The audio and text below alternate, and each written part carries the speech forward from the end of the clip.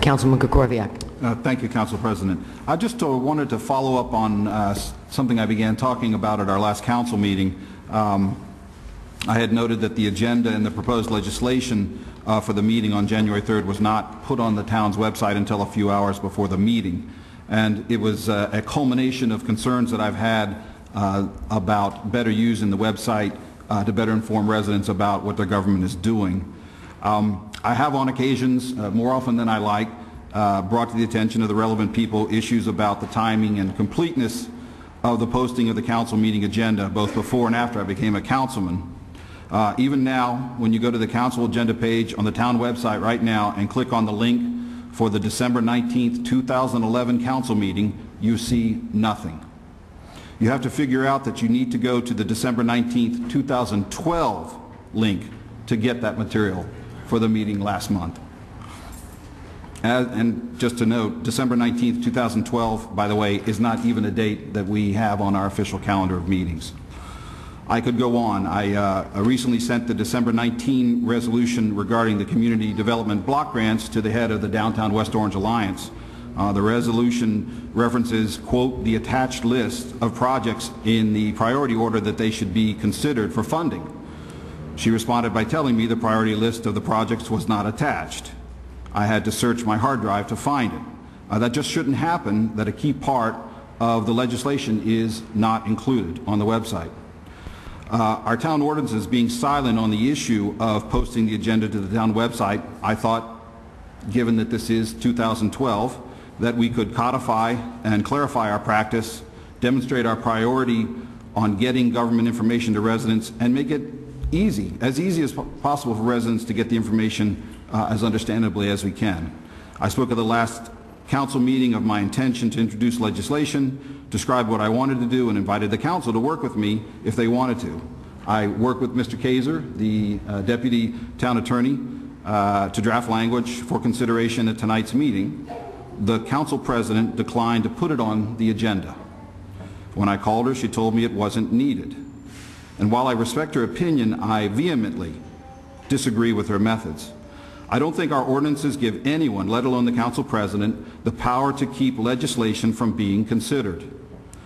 Chapter 3 of our ordinances, Section 5 says, an agenda for each regular meeting of the Township Council shall be prepared by the clerk under the supervision of the president of the council. To read this as giving one council person the power to deny another council person the right to propose legislation for consideration, in my opinion, is wrong. How can a council person, or any legislator for that matter, do the job if they can't propose change? I feel very strongly that any legislation that we propose up here, any of my fellow council members, should stand on its own merits and should be considered, debated, and voted on. In fact, I think as a takeaway from this experience, I'm going to draft up another amendment to that ordinance specifying that no council person, including the council president, has the power to prevent presentation and consideration of any legislation that otherwise complies with our ordinances. And secondly, as far as I can see, and I assume as far as the deputy town attorney sees, since he submitted it for consideration, there's nothing patently objectionable in this proposed legislation. In some cases, it simply codifies existing practice. In other instances, it simply sets a process and goals for getting material to the public in a timely, easily understandable way. There's no death penalty, there's no penalties in here about it. It simply is putting into our ordinances our goals and what we want to do to get information out to residents. I'm not going to go into detail at this point about the proposed changes unless anyone on the council wants me to. But I'll just note that when the deputy town attorney sent around an email with this proposed legislation earlier today, he said, I believe the draft ordinance sets forth the current practices followed by the council and clerk with respect to agendas. I have a few copies of the existing ordinance as well as the proposed changed ordinance down here if anybody is interested.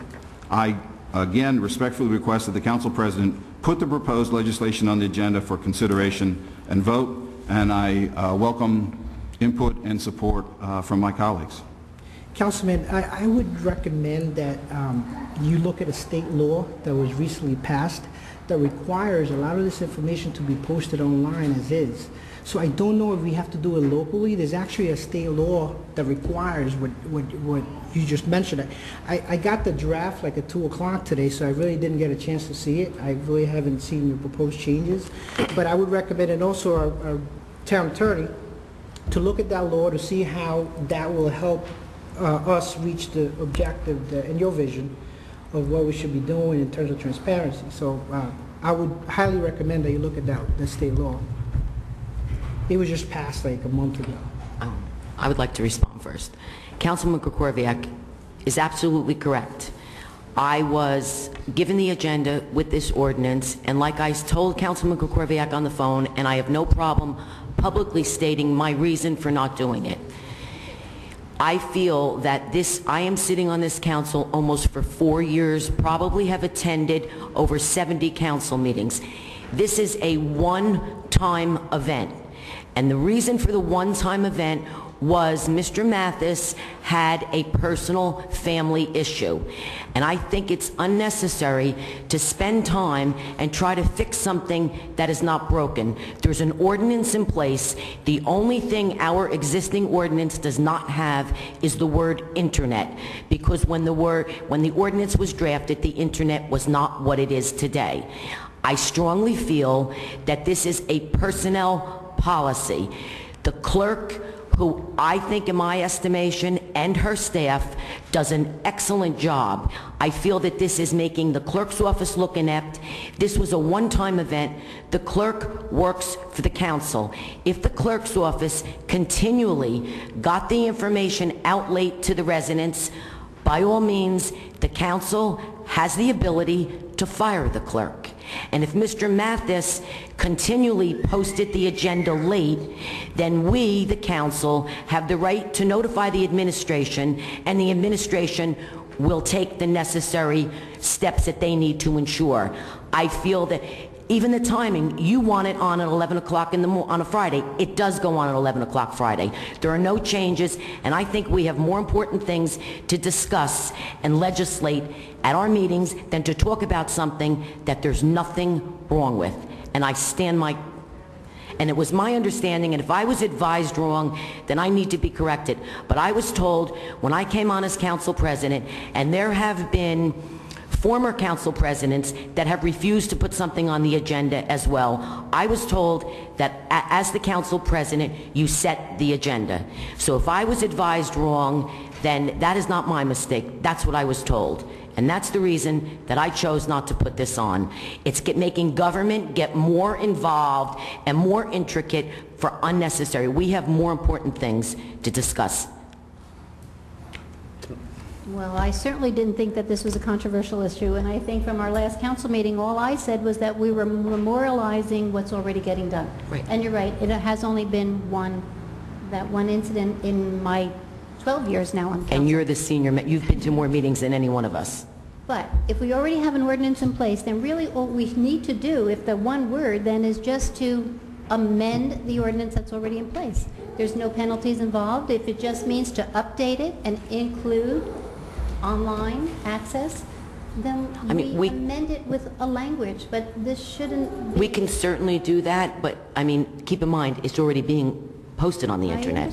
I understand, but again, that ordinance was from what year?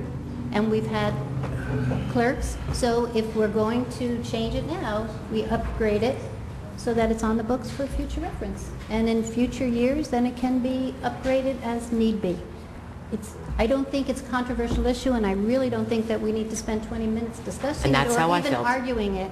But if it's just a matter of updating us to bring us into this century, then I would add the language to do it, because Councilman Cirillo. Again, I reiterate for my council colleagues, there is a state law. Look at that state law, and this is probably a new point after you review that state law. It requires all local governments to post all this information online. So just before we move forward and we discuss the specifics and whether we need a local change, just look at the state law, and it's probably already required. Anyone else? That's a good point, because then that would supersede what we're doing locally anyway. Councilman Kukorvic.